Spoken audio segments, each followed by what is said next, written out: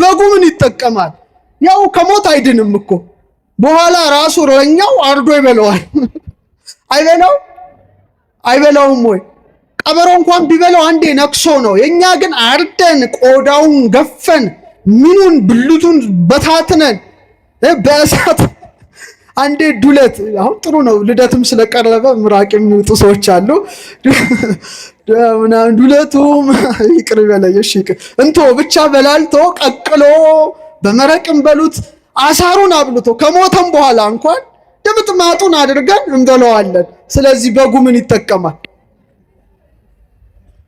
አንድ ሰው ኃጢአት ሰርቶ ንስሐ ሲገባ ጉድ ልንገራችሁ፣ ከርሰ ድንግል ኮነ ታቦተ ወማሂደረ ለእግዚአብሔር አዶናይ ኤልሻዳይ ለተባለው ለእውነተኛው ፀሐይ ማህፀኗ ማደሪያ ሆነ፣ ሰማይ ሆነች ፀሐዩ ጌታ በ3 ሰዓት ተጸነሰ።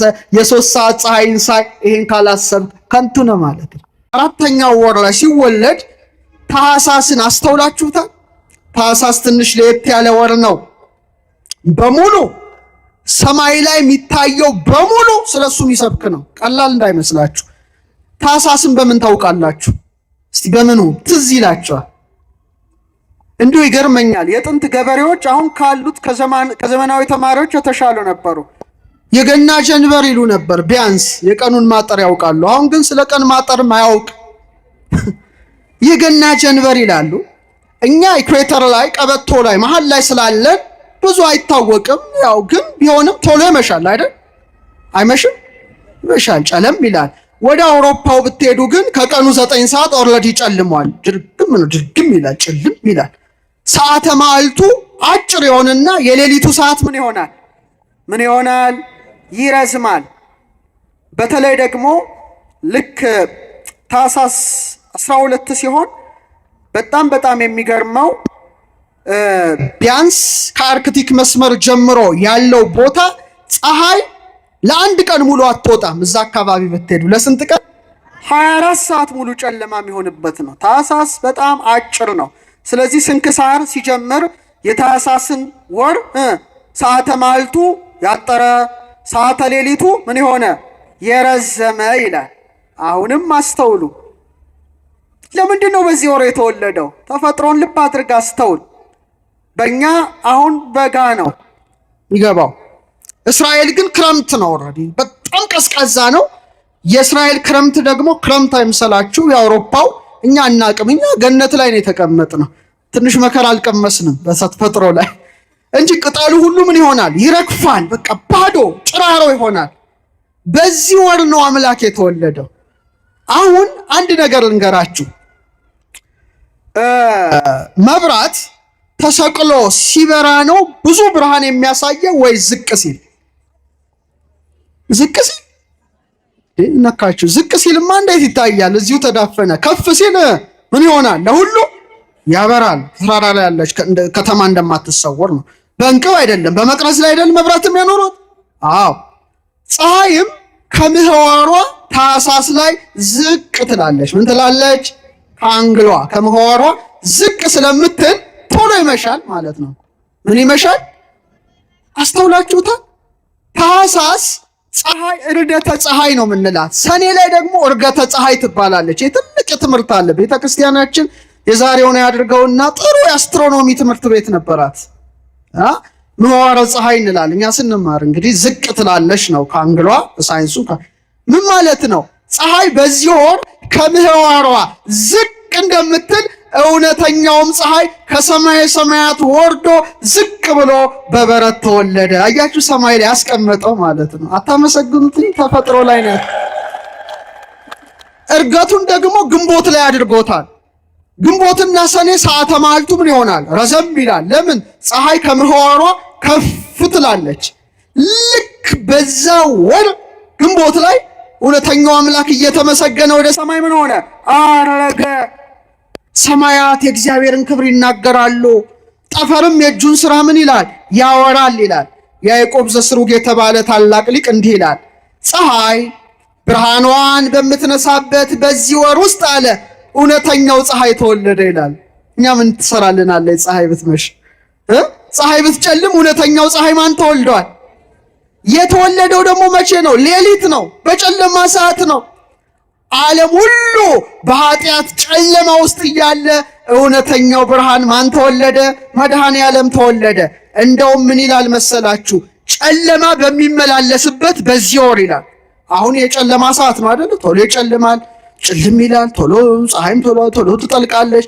ጨለማ በሚመላለስበት በዚህ በታኅሳስ ወር ክፉን ጨለማ ሰይጣንን ያሳድደው ዘንድ እውነተኛው ብርሃን መድኃኔ ዓለም ተወለደ። ምስጋና ለስሙ።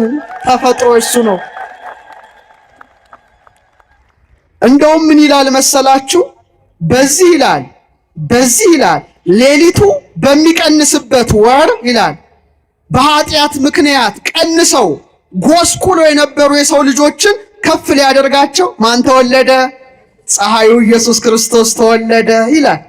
ሌላው እኛ ጋር ይሄ ነው። ብዙም ዛፉን ብዙ ችግር የለበትም። በሌላው ዓለም በሰሜኑ ንፍቀ ክበብ ብትሄዱ እስራኤልን ጨምሮ ቅጠሉ ሁሉ ምን ይሆናል? እርግፍ ይላል። በቃ እርግፍ ይላል። እኛ ጋር መሀል ላይ ስለሆንን ነው ማናውቀው ይሄን ጉዳይ። እራግፎ ጭራሮ ሆኖ ለምንድን ነው ይላል ያዕቆብ ዘስሩግ የልደት መጽሐፉ ላይ ሲተረጉመው፣ በአዳምና በሔዋን ምክንያት ሁላችንም ምን ሆነን ነበረ? ረግፈን ነበረ። ጸጋችን ተገፎ ነበረ። ዛፎቹ እንደሚረግፉ ማለት ነው። የረገፈው ማንነታችንን በልምላሜ ጸጋ ሊሸፍንልን በዚህ ወር ጌታችን ተወልዶ በዚህ የብርድ ወራት በጨርቅ ተጠቅልሎ እርቃናችንን በሱ ጸጋ ዳግመኛ ሸፈነልን። ይህ ብርሃን ታላቅ ብርሃን ነው። ከላይ የመጣ ብርሃን ነው። ጨለማ ያላሸነፈው ብርሃን ነው። ስሙም መድኃኔ ዓለም ክርስቶስ ነው። ምስጋና ለስሙ ይሁን፣ አምላካችን እሱ ስለሆነ። ስለዚህ በልደት ቅዳሴ ላይ ፀሐየ ጽድቅ ሰረቀ እግዚእ ተረክበ ወአምላክ ተአኩተ ወተወልደም ቅድስት ድንግል እስመ መለኮቱ ይማሰነ።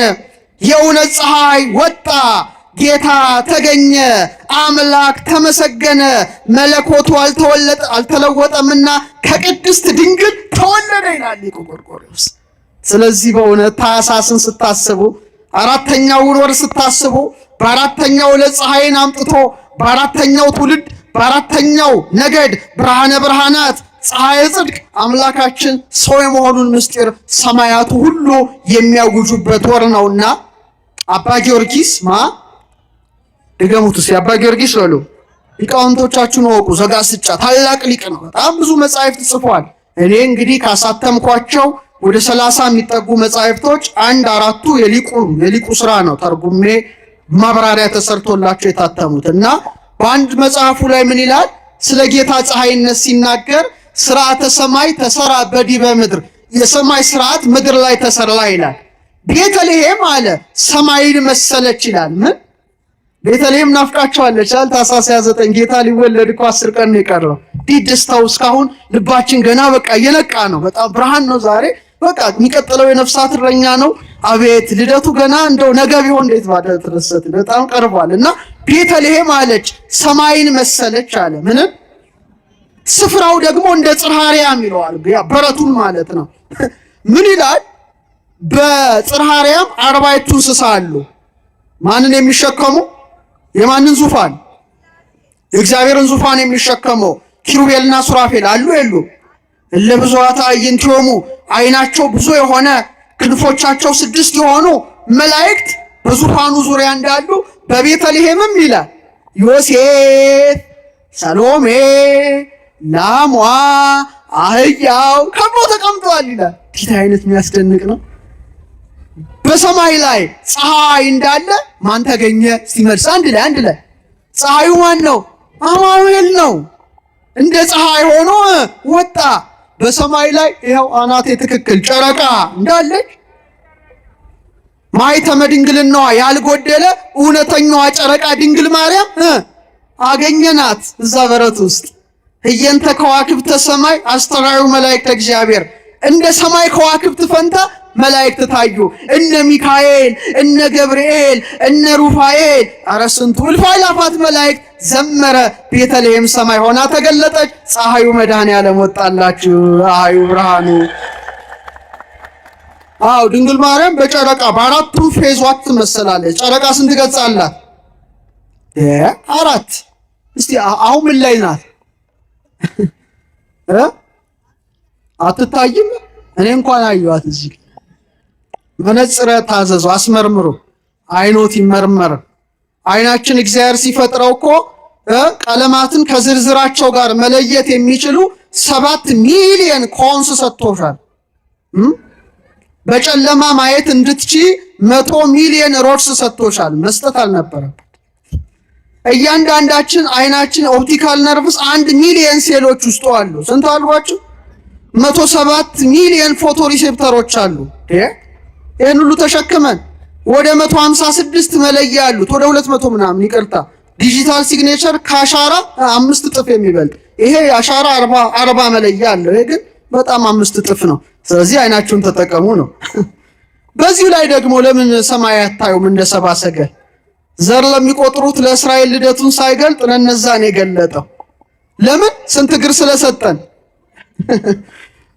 ላም፣ ፈረስ፣ በቅሎ፣ ከርከሮ፣ ሚዳቋ ምናምን ሳር የሚግጠው ውሃ የሚጠጣው በስብሶ የሚቀረው እንስሳቱ አራዊቱ ሁሉ 4 እግር ነው የተሰጠው። 2 እግር አልተፈቀደለትም። ለምን? ያን ማየት አይችልም። መሬት በ4 እግሩ የሚግጠውን ሳር የሚጠጣውን ውሃ ምናምን ቀና። ሰውን ግን እግዚአብሔር ሲፈጥረው እንደ ዘንግ መልምሎ እንደ እሸት ፈልፍሎ ቀና አድርጎ መፍጠሩ ለምንድን ነው? ሰማያትን ያንን ሳታይ ከሞትክ በ2 እግር ትጠየቃለህ። የለውበትም። እኔ ተናግሬያለሁ። 4 እግር ይሰጥ ነበር። 2 የሰጠ ሰማዩን ተመልክተህ ሰማዩ ርስት እንዳለ የሰማዩ አባትህ እንድታስብ እንድናስብ ነው። ይሄን ሁሉ አይተህ ማን እንድናመሰግን እግዚአብሔር እንደማና። ጨረቃዋ ድንግል ማርያምን እንዴት ላሳያችሁ መሰላችሁ? ጨረቃ 4 ደረጃ አላት። አንደኛ ጨረቃ ተወለደች ትባላለች። ስርቀተ ፀሐይ ጨረቃ ምን ሆነች? ለምሳሌ ጠፍታ ትቆይና 1-3 ቀን በ4 ጠፎና በክት ትሆንና ልክ በ4ኛው ቀን ማጭድ መስላ ትታያለች። እና ማጭድነቷን ስታዩ ደግሞ ማጭዷ ወደ ምስራቅ ነው የሚያሳየው። ወደ ምንድነው? በረሃ ውስጥ ሆናችሁ አቅጣጫ ቢጠፋችሁ በቃ ምንም አትጨነቁ። ማጭድ ጨረቃ ከሆነች ኢስት ነው። ይሄ ማጭዷ እንትኗ ጫፏ ኤጇ ወደ ምን ያሳያል? ወደ ምስራቅ። ስለዚህ ምስራቅን ካወቅ ምስራቅ፣ ምዕራብ፣ ሰሜን፣ ደቡብ አይጠፋህም ነው። ጨረቃ ተወለደች። ከዛ እየሰማችኝ ነው። ከ7ኛው ቀን እስከ 14ኛው ቀን አድጋ መንፈቀ ሆና ታድጋለች። ኦልሞስት በ15ኛው ቀን ፀሐይ በምዕራብ እሷ በምስራቅ ሆና ሙሉ የፀሐይ ብርሃን ሲያርፍባት ሙሉ ጨረቃ ትሆናለች።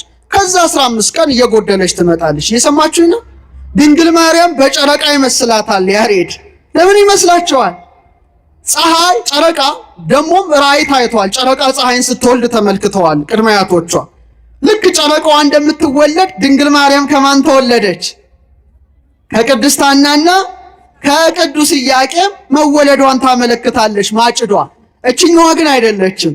ከዛ ከ7ኛው ቀን እስከ 14ኛው ቀን እያደገች እንደምትሄድ ድንግል ማርያምም 12 ዓመት በቤተ መቅደስ በንጽህና በቅድስና እያደገች ነበረ። አዎ የፀሐይ ብርሃን ጨረቃ ላይ እንደሚያበራ የአምላክ ብርሃን ረድኤት በርቶባት በቤተ መቅደስ አድጋለች። በ15ኛው ዕለት በስንተኛው 14 ተፈጽሞ 15ኛው ዕለት ተአምር ተመልከቱ። ፀሐይ በምዕራብ አድማስ ሆና ጨረቃ በምስራቅ ሆና ሙሉ የፀሐይ ብርሃን ጨረቃ ላይ ሲያርፍ ጨረቃ ምን ትሆናለች? ሙሉ ምን ትሆናለች? ፉልሙን ምልአተ ወር ትሆናለች።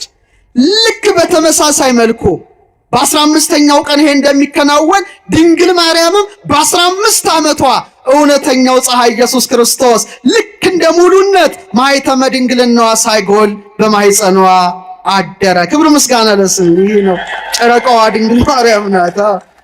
ጨረቃ 15 ቀን እንደምትጎድል እሷም ከእውነተኛው ፀሐይ ከመድኃኔዓለም ጋር ተመላልሳ 15 ዓመት በቤተ ዮሐንስ ኖራ ወደዛኛው ዓለም ሶሊያና ሄዳለች፣ ተሸጋግራለች።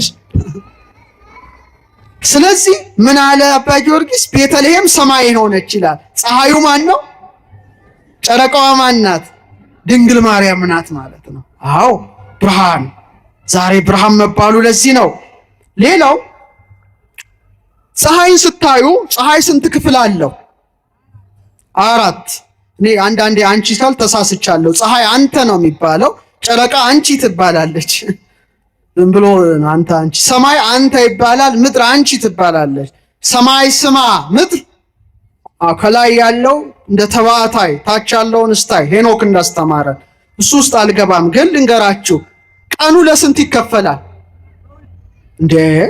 ነገር ሁለት ቀን ለ4 ይከፈላል። ለስንት ይከፈላል? ሰዓት ጠዋት ከ12 ሰዓት እስከ 3 ሰዓት፣ ከ3 ሰዓት እስከ 6 ሰዓት፣ ከ6 ሰዓት እስከ ከ9 ሰዓት እስከ ስንት አለው እያንዳንዱ?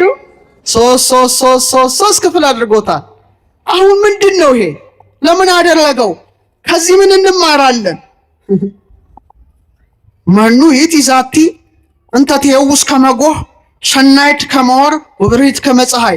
እቺ አለ እንደ ማለዳ ወጋገን የምትጎበኝ ትሄወስ ካለ የምትጎበኝ ማናት? እንደ ፀሐይ ያበራች እንደ ጨረቃ ያማረች ማናት ይላል ሰሎሞን። ማናት እሷ? ጥሩ። ስለዚህ ልክ 12 ሰዓት ላይ ጎ መቅደድ ይጀምራል። ጎ ቀደደ ትላላችሁ አይደለ? ጨለማ ነበረ፣ ድቅድቅ ጨለማ ነበረ፣ ያስፈራ ነበረ፣ ያስደነግጥ ነበረ። የሌሊቱ ግርማ ግፍፍ የሚያደርግ ብርሃን ከምን አቅጣጫ ይታያል? ወደ ምስራቅ ተመልከቱ ይላል። ቤተ ክርስቲያን ፊቷ ምንድን ነው? ወደ ምስራቅ አይደል እንዴ? በምስራቅ መታየት ይጀምራል። ምን ትላላችሁ እናንተ? ጎ ቀደደ እስቲ በሉ። አዎ ጎህ ንጋት መጣ ይላል። አሁን ፀሐይ ከዛ በኋላ ወጥቶ ደመቅ እያለ ይመጣል። እስከ ስንት ሰዓት? እስከ 3 ሰዓት ድረስ። የጠዋት ፀሐይ ጥሩ ነው አይደለም? ቫይታሚን ዲ ትሞቃላችሁ አይደል? ጥሩ ነው፣ ለጤንነትም ጥሩ ነው። መጽሐፍም ይናገራል። ይሄ 3ቱ ሰዓት የነቢያትን ዘመን ይወክላል። የምንን ዘመን? ነቢያትም በድቅድቅ ጨለማ በሐዘን ሲኖሩ ተስፋ ነበራቸው። ብርሃኑ ይታያቸዋል፣ ግን ከጊዜው አልደረሱም። እየሰማችሁ ነው? እንደ ተስፋ ይታያቸዋል፣ ግን ከብርሃኑ አልደረሱም። በብርሃኑ ምን ይላሉ? ይጽናናሉ። በጨለማና በሞት ጥላ ውስጥ የነበረ ሕዝብ ብርሃን ወጣለት ይላሉ። ከብርሃኑ ግን ደረሱ? ንገሩ፣ ደረሱ ወይ? ስለዚህ የጠዋቷ ፀሐይ የምታወጣው ብርሃን የነቢያትን የተስፋ ዘመን ይወክላል። የተስፋ ዘመን ይወክላል። ከዛ ከስንት ሰዓት እስከ ስንት ሰዓት? ከ3 ሰዓት እስከ 6 ሰዓት ብርሃኑ ምን ሆነ? ደመቀ መጣ ማለት ነው። 3 ሰዓት ላይ በተመሳሳይ መልኩ ልክ ከቀኑ 3 ሰዓት ላይ ይኸው ስዕሉ እንደምታዩ የእግዚአብሔር መልአክ፣ ደስተኛው መልአክ፣ ብርሃናዊው መልአክ ቅዱስ ገብርኤል ከማን ተልኮ መጣ? ንገሩኝ፣ ከማን ተልኮ መጣ? ከእግዚአብሔር ተልኮ መጣ። በአምላክ እናት ፊት ቆመ። እሷንም ምን አላት? ትጸንሻለሽ አላት። ተነጋገሩ፣ መጨረሻ ተስማማች። ያን ጊዜ እንደ ቃልህ ይደረግልኝ ስትለው እውነተኛው ፀሐይ በማህፀኗ አደረ። እሷም ሰማይ ሆና ተገለጠች። ክብር ይግባት። ሰማይ ሰማይ ሰማይ። በጣም እኮ ነው የሚደንቀው። እንዴት አይነት ነገር ነው! እንዴት አይነት ነገር ነው! ለዚህ ነው አንዱ ሰማያዊ ልብስ መልበሷ ሰማይን በፀሐይ በጨረቃ በከዋክብት ያስጌጠውን አምላክ የተሸከመች እሷ ማን ናት? ኧረ ድምጻችሁ በረከተ ጣፋጭ ስም አይደል? አፋችሁ ይጥፍጥ። ድንግል ማርያም ናትና ምን እንበላት? ሰረገላ ፀሐይ ይሏታል ሊቃውንት። ምን ፀሐይ? ሰረገላ ፀሐይ ትክክለኛ ስያሜ ነው። ሰረገላ ፀሐይ፣ የፀሐይ እናት። አንተ ፀሐይ በጣም እኮ ከባድ ነው። አሁን ትላላችሁ መታም ብላችሁ፣ ግን የ100 ሚሊዮን ኒውክሌር ቦምብ ኃይል ያላት እኮ ናት። ሪአክሽን ሃይድሮጅን ወደ ሂሊየም በቅጽበት 100 ሚሊዮን ኒውክሌር ቦምብ አስቡት። አስባችሁት? የ3 ደቂቃ ኃይል እኮ በፀሐይ ኃይል እኮ የምድርን ውቅያኖስ ያተናል እኮ። የ6 ደቂቃ ጉልበቷ እኮ ክርስትን የመሬትን የላይኛውን ንጣፍ በታትኖ ይጥናል። እግዚአብሔር ባወቀ ምንን አራቀ? ሰማይን አራቀ ነው። በቅርብ ብትሆን እንደ ሌሎች ፕላኔት ህይወት የለም። ፀሐይ እንዲህ የምታነድ እንዲህ የምታቃጥል ሚሊየንስ የኒውክሌር ቦምብ ኃይልን ተሸክማ ጉድ ስንል የበለጠው ጉድ ድንግል ማርያም እናታችን የፀሐይን ፈጣሪ በማህፀኗ መሸከሟ ነው። አልተቃጠለችም። ምን ይላል ቅዱስ ያሬድ? ቆይ እስቲ ላስታውሰው። ምን ይላል ድጓው ላይ? ጾረኮ በከርሳ እንዘ ውእቱ ይጸውራ። እስቲ አብረን በል። የሚሸከማት ሲሆን ድንግል ማርያም በማህፀኗ ተሸከመችው። እስቲ ኮንተምፕሌት አድርጉቴን፣ አሰላስለው ቤታችሁ ስትሄዱ። በጣም እኮ ያስገርማል። የሚሸከማት ሲሆን ዓለምን የተሸከመ ማን ነው? ልጇ ኢየሱስ ክርስቶስ ነው። እሷንስ የተሸከመ ማን ነው? ልጇ ኢየሱስ ክርስቶስ ነው። የተሸከማትን ዓለምን የተሸከመውን ጌታ ደግሞ ተሸከመች። ሰረገላ ፀሐይ ናት። ጉድ እኮ ነው። ከርሰ ድንግል ይላል አባ ጊዮርጊስ። አብዮ ተለዓለም አየራት። የድንግል ማርያም ማኅፀን አለ ከአየራት በለጠ። ከምን ወተሰብሐ እምሱራፌል ወኪሩቤል፣ በኪሩቤል በሱራፌል ዘንድ ተመሰገነ። ይህን እንድታሰላስል ያስፈልጋል። ቀጥሎ ከ6 ሰዓት እስከ ንገረኝ፣ ምን ታስባለህ? ከ6 ሰዓት እስከ 9 ሰዓት ህሊናችሁ ወዴት ይሂድ? ወደ ከቤተልሔም ወደ ምን? ወደ ቀራንዮ። ከ6 ሰዓት እስከ 9 ሰዓት ፀሐይ ምን ሆኖ ነበረ? ጨልሞ ነበረ። መላው ዓለም በጨለማ ውስጥ ነበረ። ልክ 6 ሰዓት ላይ ፀሐይ ምን ላይ ትሆናለች? ይሆናል ምናችን? ባናታችን ትክክል። ጥላችን አጭር ናት አይደለ? ባናታችን ትክክል ይሆናል። ቀጥታ በማይከለ ሰማይ አናታችሁ ላይ። ስንት ሰዓት ላይ? በጣም ጥሩ። ይሄን ስታይ ምንድነው የምታስበው? ፀሐይ መታይ ያልክ ነው የምትሄደው ወይስ ሌላ ዓለም ውስጥ ገብተህ አምላክን ታመሰግንበታለህ? እኔ አላማረድም። የ6 ሰዓት ፀሐይ በአናት ትክክል በሰማይ መካከል እንደምትሆን እግዚአብሔር ንጉሥ ውእቱም ቅድመ ዓለም ወገብረ መድኃኒተ በማእከለ ምድር። ፀሐይ በማእከለ ሰማይ ከቀትሩ ልክ 6 ሰዓት ላይ እንደምትኖር የኔና የናንተ ጌታ በማእከለ ምድር በምድር መካከል በቀራንዮ ከሰማይ ዝቅ ከምድር ከፍ ብሎ ፀሐዩ ሲሰቀል ያችኛዋ ጨለመች። ፀሐያችን ኢየሱስ ክርስቶስ ነው። አመስግኑ። ፀሐይ አመሰገነችው። ፀሐይ ጌትነቱን ገለጠች፣ ተሰወረች። እውነተኛው ፀሐይ ከሰማይ ዝቅ ከምድር ከፍ ብሎ ተገለጠ። ፀሐይ አናት ትክክል እንደምትሆን። ስለዚህ 6 ሰዓት ላይ ሆናችሁ የመድኃኔዓለምን ስቅለት አስቡ ነው። ለዚህ ነው 6 ሰዓት የሚጸለየው ቀትር ላይ ስቅለቱን በማሰብ ምኑን በማሰብ ድገሙት፣ ስቅለቱን ማለት ነው። ወገብረ መድኃኒተ በማእከለ ምድር፣ በምድር መካከል ተሰቀለ። የራስ ቅል ጎልጎታ። የምን ቅል? ዛሬም እኮ ጎልጎታ ሆኖ ጭንቅላታችን ተሰጥቶናል። እኛ ራስ ላይ መቼ ሆነ የተሰቀለው? ፀሐይ በአናታችን ትክክል ትሆናለች 6 ሰዓት። እውነተኛው ፀሐይ በእኛ ውስጥ ሆኖ ይሆን? አላውቅም። በጨለማ ውስጥ እንሆን እንችላለን። ቀጥሎ ከ9 ሰዓት እስከ ሰርክ 12 ሰዓት እስከ ስንት? ያን ጊዜ በ12 ሰዓት ፀሐይ እንደምትጠልቅ፣ በሰርክ ፀሐይ እንደምትጠልቅ የኔና የናንተ ፀሐይ ኢየሱስ ክርስቶስም ወደ በከርሰ መቃብር አደረ። ነገር ግን እውነተኛ ፀሐይ ስለሆነ በአካለ ነፍስ ወደ ሲኦል ወርዶ በጨለማ ያሉትን ነፍሳት ሁሉ ብርሃነ ብርሃናት ኢየሱስ ክርስቶስ ፈታ። ጨለማ ተደመሰሰ። ደስ ይበላችሁ። የጨለማ ኃይል አይሰራም። ለዚህ ነው በመጀመሪያ ቃልም እግዚአብሔርም ቃል ነበር ካለ በኋላ በመጀመሪያ ወኩሉ ቦቱ ኮነ፣ ሁሉ በሱ ሆነ። ወዘንበሌሁሰ አልቦ ዘኮነ ወይም እንትኒም ዘኮነ ወዘሂ ኮነ በእንቲአሁ ቦቱ ሕይወት ውእቱ። በእርሱም ሕይወት ነበረች። ወሕይወትሰ ብርሃኑ ለእጓለ እመሕያው። ብርሃኑም ሕይወቱም የሰው ምንድን ነው? ብርሃን ነበረ። ወብርሃንሰ ዘውስተ ጽልመት ያበር ወያሪ። ያ ብርሃን በጨለማ ውስጥ ምን ይላል? ያበራል። ወጽልመትን ይረክቦ፣ ጨለማ ግን አያገኘውም። ወይ ይቀርበው አይቀርበው። ጨለማን ያሸነፈ እውነተኛው ፀሐይ ክርስቶስ አምላካችን ነው። ክብር ምስጋና ለስሙ ይሁን።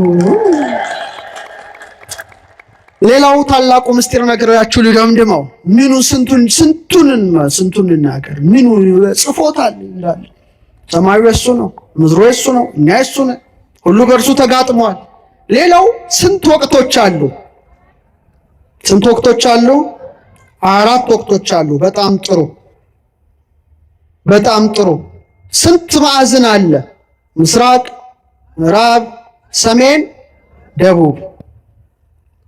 ታላላቅ 4 ሊቃነ ከዋክብት ወይም አበይት ከዋክብትን እግዚአብሔር አዘጋጅቶ በ4ቱ ማዕዘን ፀሐይን እንዲከተሉ አደረገ። ስንት ወቅቶች አሉ አይደለ?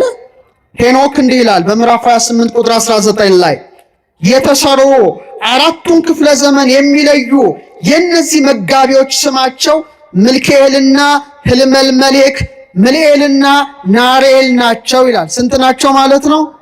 ወቅት ስንት ነው? 91 ዕለት ከ15 ኬክሮስ እየደረሳቸው ፀሐይን የሚያጅቡ ስንት አሉ? 4 አሉ። እነዚህ ህልመልመሌክ፣ ምልክኤል፣ ብርክኤል፣ ናሬል የሚባሉት የሳይንሱ ዓለም አልዴባራን፣ ሬጉለስ፣ አንታረስ፣ ፎማላውት ይላቸዋል፣ ይታወቃሉ። ለምሳሌ ማየት ብትፈልጉ አሁን 1-2ቱን ዛሬ በአይን ሁሉ ሊታዩ ይችላሉ። የመብራቱ ምኑ ነው ማያሳየው እንጂ አልዴባራን ማለት ምልክኤል ማለት ነው። የምስራቅ ጠባቂ ይባላል። ሰውር በሚባል የጌታ ትንሣኤውን በሚያውጅ ኮከብ ውስጥ የሚገኝ በጣም ደማቅ ነው። ሁለተኛው ህልመልሜሌክ ይባላል። በሰሜን ሬጉለስ ይላል። የይሁዳ አንበሳ የኢየሱስ ክርስቶስን አንበሳነት በሚያመለክተው በአሰድ ውስጥ ደምቆ ያበራል። አንታረስ ምልኤል የምዕራብ ነው። አቅራብ በሚባል በተለይ በአንተና በሴቲቱ መካከል ጠላትነትን አደርጋለሁ፣ እርሱ ራስን ይቀጠቅጣል፣ አንተም ሰኮናውን ትነድፋለህ የሚለው ምሳሌ በተንጸባረቀበት ህብረ ኮከብ ውስጥ ይታያል። የመጨረሻው ደለዊ ፎማላውት ናሬል የሚባለው ነው። እሱ ደግሞ የክርስቶስ የጥምቀቱ ምሳሌ በሆነው ህብረ ኮከብ ውስጥ ያበራል። ስንት ናቸው? ስንት ናቸው? እስቲ አያስደንቅም? ፀሐይን ተከትለው ስንቶቹ ይሄዳሉ?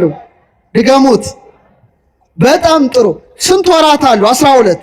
በ12ቱ ወራት ደግሞ ኤክሊፕቲክ የፀሐይን ፍኖተ ፀሐይ፣ ሌላው ዛም እዚህም ልታየው ትችላለህ።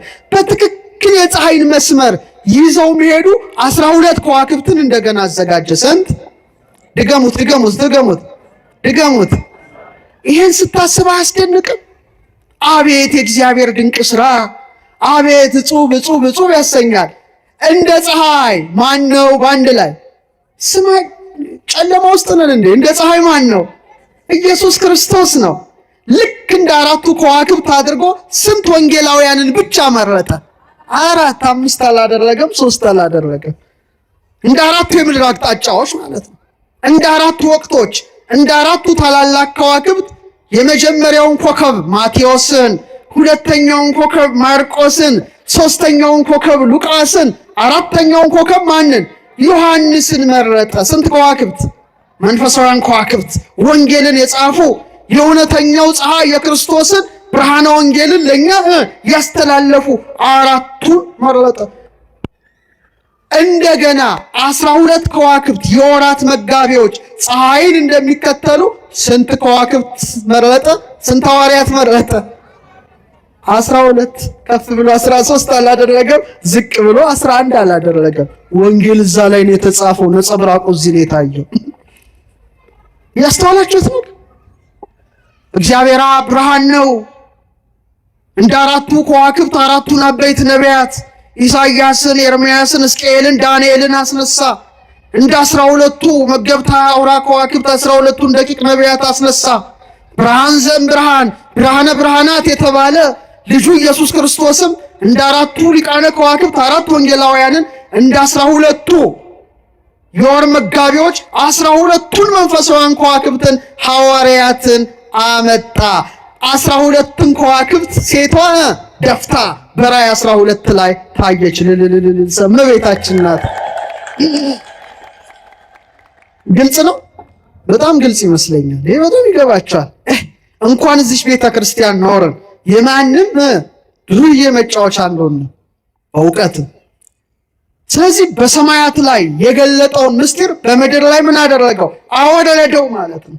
ስለዚህ ሰማያት የማንን ክብር ይመሰክራሉ? ጠፈርም የማንን ስራ ብቻ ያወራል? አለቀ። እሱን ብቻ ነው የሚያወራው። የሱን ብቻ ነው የሚያወራውና በጣም ማስተዋል። ለዚህ ነው ቤተክርስቲያን ጥንት ቅዳሴ ሲቀደስ 7 ልኡካን ወይ 12 ልኡካን ሆነው ነበር የሚገቡት። 5 የቅርብ ጊዜ ታሪክ ነው። አጀማመሩም አያስደስትም። ጥንት ስርዓት አለ። ብዙ ስርዓቶች ከጊዜ ብዛት ተፋልሰዋል። በቤተ ክርስቲያን ስርዓተ ቅዳሴ ትክክለኛው 7 ልኡካን ይግቡ ይላል። ለምን? በሰባቱ ዕለታት አምሳል። በስንት? በሰባቱ መገብተ ዕለታት አምሳል። 2ቱ ፀሐይና ጨረቃ 5 ፕላኔቶች ናቸው። ምስጢር አላቸው። ዝም ብሎ አይደለም። 7 ወይም 12 ሆኖ ይገባሉ። ዛሬ በገዳም አንዳንድ ቦታ እናያለን። ለምን? በ12ቱ ከዋክብት አምሳል። እየሰማችሁ ነው? ቤተክርስቲያናችን እኮ ጠፈር ናት። ደስ ይበል። ክብር ለቤተክርስቲያን። ተራ ቦታ አይደለችም። በመንበረ ታቦቱ በስተቀኝ አንድ መብራት ይበራል፣ በስተግራ አንድ መብራት ይበራል። ዙሪያዋን የቀናዲል መብራት ይበራሉ። በተለይ ወንጌል ሲነበብ በጣም ይብራ ይላል ፍትሐ ነገሥት። ለምን? በቀኝ የሚበራው የፀሐይ ምሳሌ ነው። በግራ መንበረ ታቦቱ ላይ የሚበራው ጨረቃ ምሳሌ ነው። መንፈሳዊ ምስጢር ነው። ዙሪያውን የሚበሩት መብራቶች የከዋክብት ምሳሌ ናቸው።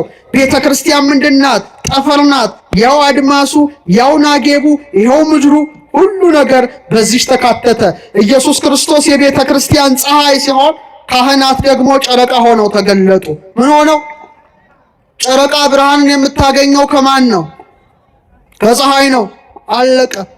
ጨረቃ ብርሃንን ከፀሐይ እንደምታገኝ እነዚህ የምታዩቸው ካህናት ክህነትን ያገኙት ከማን ነው? ከእውነተኛው ፀሐይ ከኢየሱስ ክርስቶስ ነው። ያልተቋረጠ ብርሃን ነው። ለዚህ ነው ከማርቆስ ጀምሮ ሲወርድ ሲወራረድ የመጣው። ሌላ ቦታ ባልቦላው ጠፍቷል። ፀሐዩ የለም። ጨረቃ በምልአት የሚደምቅበት እዚህ ቤት ብቻ ነው። ብርሃን በጨለማ ይበራል፣ ጨለማ ግን አላሸነፈውም። በዚች ኦርቶዶክሳዊ ተዋሕዶ ቤተክርስቲያን ፀሐይ ኢየሱስ ክርስቶስ ይበራል። ሁሌ ብርሃኑ ይታያል። ካህናቱ ደግሞ እንደ ጨረቃ ሆነው፣ ዲያቆናቱ ደግሞ እንደ ከዋክብት ሆነው ምን ይላሉ? ይመላለሳሉ፣ ያገለግላሉና በእውነት በዚች ታላቅ ቤተክርስቲያን የሰበሰበን አምላክ ክብር ምስጋና ለስሙ ይሁን። ሌላ በ5 ደቂቃ ትምህርት ልጨርሰው መሰል። አሁን ጨረቃንም ካየን ፀሐይንም ካየን አንድ ኮከብ ልንገራችሁ። የልደት በዓል ደረሰ አይደለም? በጣም ደስ ይላል። በጣም ደስ ይላል። የበለዓም ኮከብ የሁላችን ተስፋ፣ የሁላችን ብርሃን፣ የሁላችን የንጋት ኮከብ ሁሌ በልባችን ላይ የሚያበራው ኮከባችን ማን ነው? መድኃኔ ዓለም ነው። ማን ነው? በኦሪት ዘኍልቍ ምዕራፍ 24 ቁጥር 17 ላይ አየዋለሁ አለ።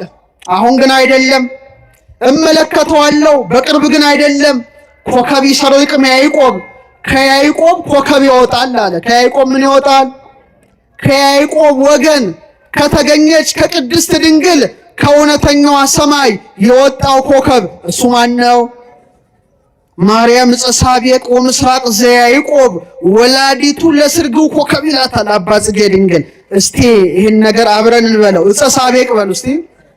ማርያም ሆይ ያጌጠውን ኮከብ የወለሽ የያዕቆብ ምስራቅ አንቺ ነሽ።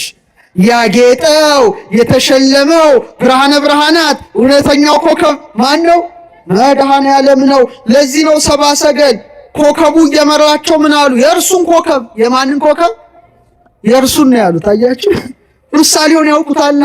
እስመ ርኢነ ኮከበ ዚአሁ፣ የእርሱን ኮከብ አይተን ለእርሱ ልንሰግድ መጥተናል አሉ። ደስ ይበላችሁ፣ መጥተናል። አሁን ታኅሳስ ነው።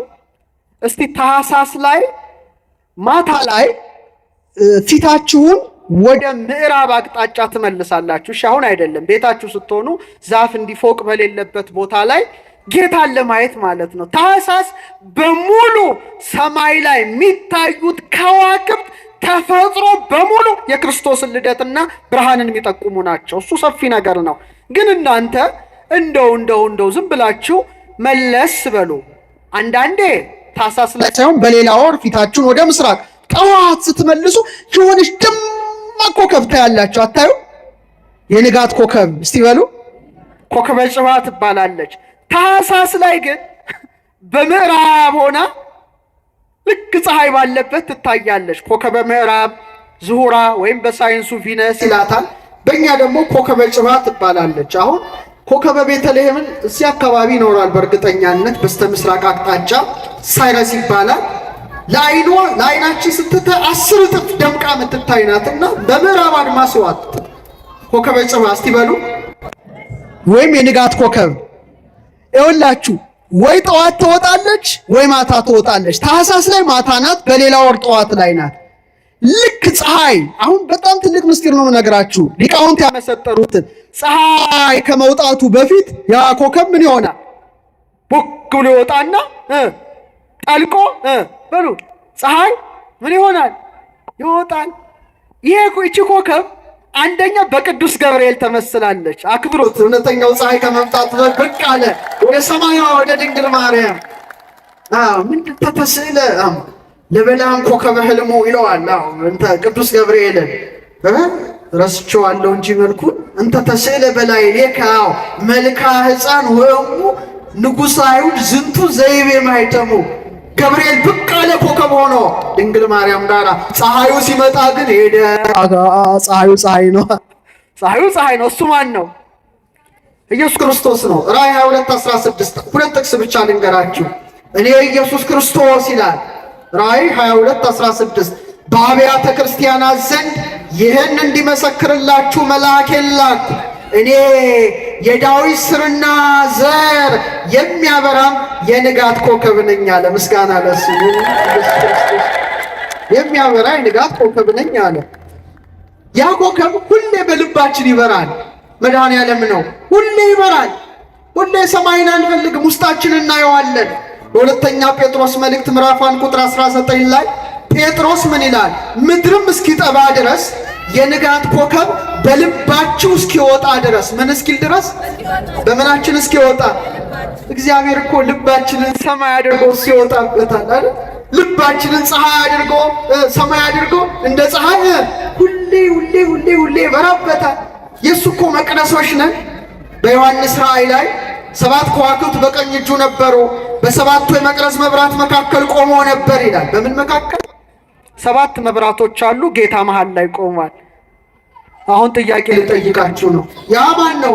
ያ መብራት ምንድን ነው? አንተ፣ አንቺ፣ እኔ፣ አንቺ ሁላችንም ነን ቤተ ክርስቲያን የተባለ። ስንት አይኖች አሉን? ተጠራጠራችሁ? ስንት? ስንት ጆሮዎች አሉን? ስንት የአፍንጫ ቀዳዳዎች አሉ? ስንት አፍ አለ? 2 ሲደመር 2 ሲደመር 2 ሲደመር 1። ጥበብ ቤቷን ሰራች፣ 7 ምሰሶ አቆመች ማለት ይሄ ነው። የጥበብ ቤት ነው።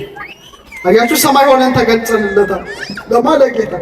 ልክ እንደ 7ቱ መብራቶች 2 አይናችን ሁሌ የኢየሱስ ክርስቶስን ብርሃን ማየት አለበት። የለበትም? አረ በሞት የለበትም። እናንተ የማታስተውሉ የገላትያ ሰዎች ሆይ ኢየሱስ ክርስቶስ እንደተሰቀለ ሆኖ በፊታችሁ ተስሎ ነበር። ይህን እንዳታዩ ለእውነት እንዳትታዘዙ አዚም ያደረገባችሁ ማን ነው ይላል። 2 አይናችን ብርሃን ከሆኑ በእውነት ሁሌ መድኃኔዓለምን ያዩታል፣ ሁሌ ያዩታል። ሁሌ አይናቸው ትክል ብሎ እሱን ነው የሚያዩት። ኢየሱስ ክርስቶስ በግዘ ቀራንዮ ለላሄ ገጽከ ንትሜነ ከመነራዮ የቤተ ክርስቲያን ምስጋና ነው። የቀራንዮ በግ ኢየሱስ ክርስቶስ ውበትን ሁሌ እናየው ዘንድ እንመኛለን ትላለች ቤተ ክርስቲያን። ጆሮአችንስ የማንን ድምፅ መስማት አለበት? እኔ የዓለም ብርሃን ነኝ የሚለውን ድምፁን ካልሰማችሁ ጆሮአችን ደንቁሯል ማለት ነው። እኔ በደጅ ቆሜ አንኳኳለሁ፣ ማንም ቢከፍትልኝ ወደ እርሱ ገባለሁ፣ ከእርሱም ጋር ራት እበላለሁ፣ እርሱም ከኔ ጋር ይበላል የሚለውን የፍቅር ግብዣውን ጆሮአችን ካላደመጡ ጆሮአችን ጨልሟል፣ ደንቁሯል ማለት ነው። ይክፈትልን እንጂ። 2ቱ አፍንጫዎቻችን መዓዛ የክርስቶስ እፍረት ሙስ እውነተኛው ሽቱ እሱ ነው። እሱም ማሽተት ካልቻሉ ምን ሆነዋል? ተደፍነዋል። ጠጋ ብለን መዓዛ ዕጣኑን መዓዛ ቁርባኑን ካላሸተቱ ተዘግተዋል ማለት ነው። አምላካችን ይክፈትልን። እስትንፋስ ያለው ሁሉ ማንን ያመስግን? አፋችን ዕለት ዕለት ስብሖ ቅዱስ ብሎ ካላወደሰው ካላመሰገነው፣ አፋችን ካልበላው ካልጠጣው አፋችን ተይዟል ታሽጓል ማለት ነው። እንድንበላው ፈቃዱ ይሁን። ክርስቶስን የበላችሁ ክርስቶስን የጠጣችሁ እስቲ የቆረባችሁ አጨብጭቡ። እስቲ ያልቆረባችሁም ያብቃችሁ ለማለት እስቲ አጨብጭቡ። ቅዳሴ ጠበል የጠጣችሁ እስቲ አጨብጭቡ። እየቀለድን ነው በጊዜያችን። መብራቱ ጨልሟል። አይናችን ቀራንዮ ላይ ሄደን የተቆረሰ ስጋውን የፈሰሰ ደሙን ካላየ ጆሮአችንን ካልሰማ ተቸግረናል ክርስቲያኖች። እንዴ ኢየሱስ ክርስቶስ በሉ እስቲ። አባ ጊዮርጊስ ነው ያለው ኢየሱስ ክርስቶስ ለሚበላው ስጋው የጣፈጠ፣ ኢየሱስ ክርስቶስ ለሚጠጣው ደሙ የጣፈጠ። ምስጋና ለሱ ደሙ አልጠፍ አይናፍቃችሁም እንዴት አይናፍቃችሁም? ይሄ አምላክ ይሄ ብርሃን እንዴት ውስጣችሁ እንዴ! ለዚህ እኮ ነው ጨለማ ያዋጠን። ሀገሪቱ ጨለማ፣ እኛም ጨለማ፣ የጨለማ ሰራዊት አጋንንት ያሰቃዩናል ሁሌ። ለምን ብርሃን አልገባም ውስጣችን? ብርሃኑ ማን ነው?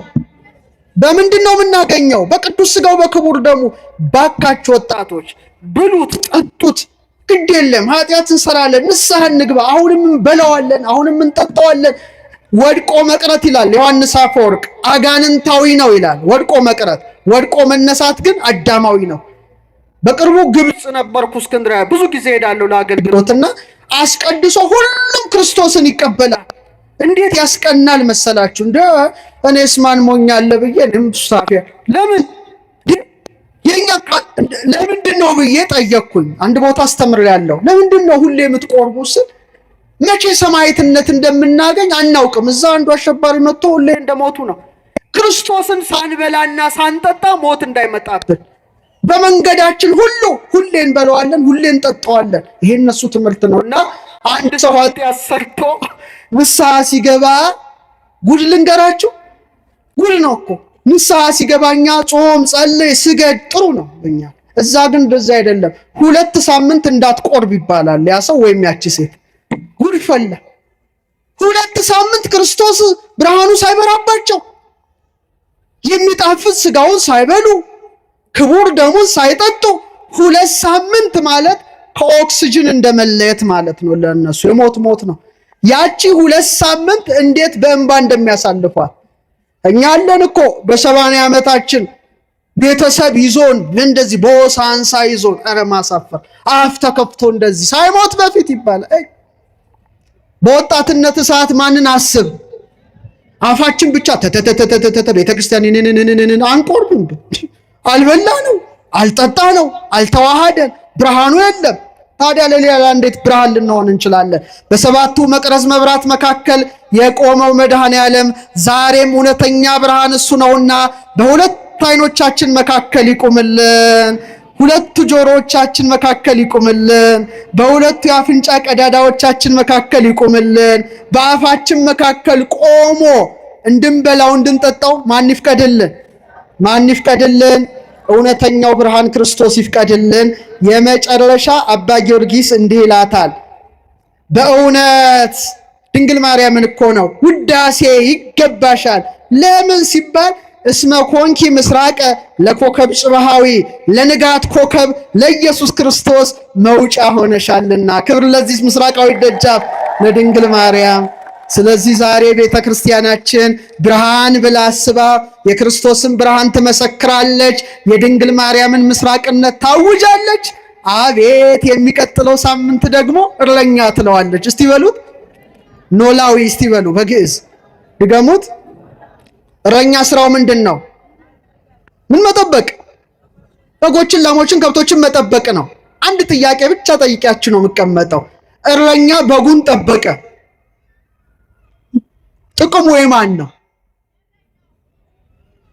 እስቲ የበጉ ምትሉ አጨብጭቡ። የበጎቹ በጎች አንዲት ጎበዝ ሴት እዚያ ያለች ጮክ ትላለች። እሺ የእረኛው ምትሉ አንድ መልስ የለንም ማለት ነው። እሺ በግ በምን ይጠበቃል? ምን እንዳይበላው? ተኩላ ቀበሮ እንዳይበላው በእረኛው ይጠበቃል። ግን በጉ ምን ይጠቀማል? ያው ከሞት አይድንም እኮ በኋላ ራሱ እረኛው አርዶ ይበላዋል። አይበላውም ወይ? ቀበሮ እንኳን ቢበላው አንዴ ነክሶ ነው። የኛ ግን አርደን ቆዳውን ገፈን ምኑን ብልቱን በታትነን በእሳት አንዴ ዱለት። አሁን ጥሩ ነው ልደትም ስለቀረበ ምራቅ የሚውጡ ሰዎች አሉ። ዱለቱም ይቅር በለሽ እንቶ ብቻ በላልቶ ቀቅሎ በመረቅም በሉት አሳሩን አብልቶ ከሞተም በኋላ እንኳን ድምጥማጡን አድርገን እንበለዋለን። ስለዚህ በጉ ምን ይጠቀማል? ይሄ ተቃራኒ ግን ዮሐንስ አፈወርቅ ምን ይላል መሰላችሁ? እስቲ በአንድ ላይ እንበል። ኢየሱስ ክርስቶስ ግን በሉ በጎቹ የበሉት እረኛ ነው። በግ እረኛን ይበላል ወይስ እረኛ በግን ይበላል? በግ እረኛን ሲበላ ሰምታችሁ ታውቃላችሁ? ኢየሱስ ክርስቶስ ግን ተበላ። ኢየሱስ ክርስቶስ ግን ተጠጣ። እኛ በጎቹ በላ ነው። እኛ በጎቹ ጠጣ ነው። እኛ በጎቹ ለበስ ነው። ክብር ምስጋና ለዚህ እረኛ ይሁን። በቃ ታኅሳስ 29 ደግሞ በቃ እንፈራጹ ሰብአ ሰገል ነው። ፀሐዩ ወጥቶልናል። ስለዚህ ተስፋችን እየቀረበ ነው ማለት ነው። እየለመለመ ደስታችን መድኃኔ ዓለም ተወለደ ብላ ቤተክርስቲያን በታላቅ ምስጋና የምታመሰግንበት ጊዜ ደርሶ 10 ቀናት ቀርተውናልና እውነተኛው ብርሃን ብርሃነ ብርሃናት ፀሐየ ጽድቅ ለብርሃነ ልደቱ ሁላችንን በሰላም በጤና ያደርሰን። የሊቀ መላእክት የቅዱስ ገብርኤል የደስተኛው መልአክ ተራዳይነት በእጅጉ የምንወዳት እሷን በእጅጉ የምትወደን የቅድስት ድንግል ማርያም ምልጃዋ ቃል ኪዳኗ ከሁላችን ጋር ይሁን። ወስብሐት ለእግዚአብሔር። መልካም በዓል ይሁንላችሁ።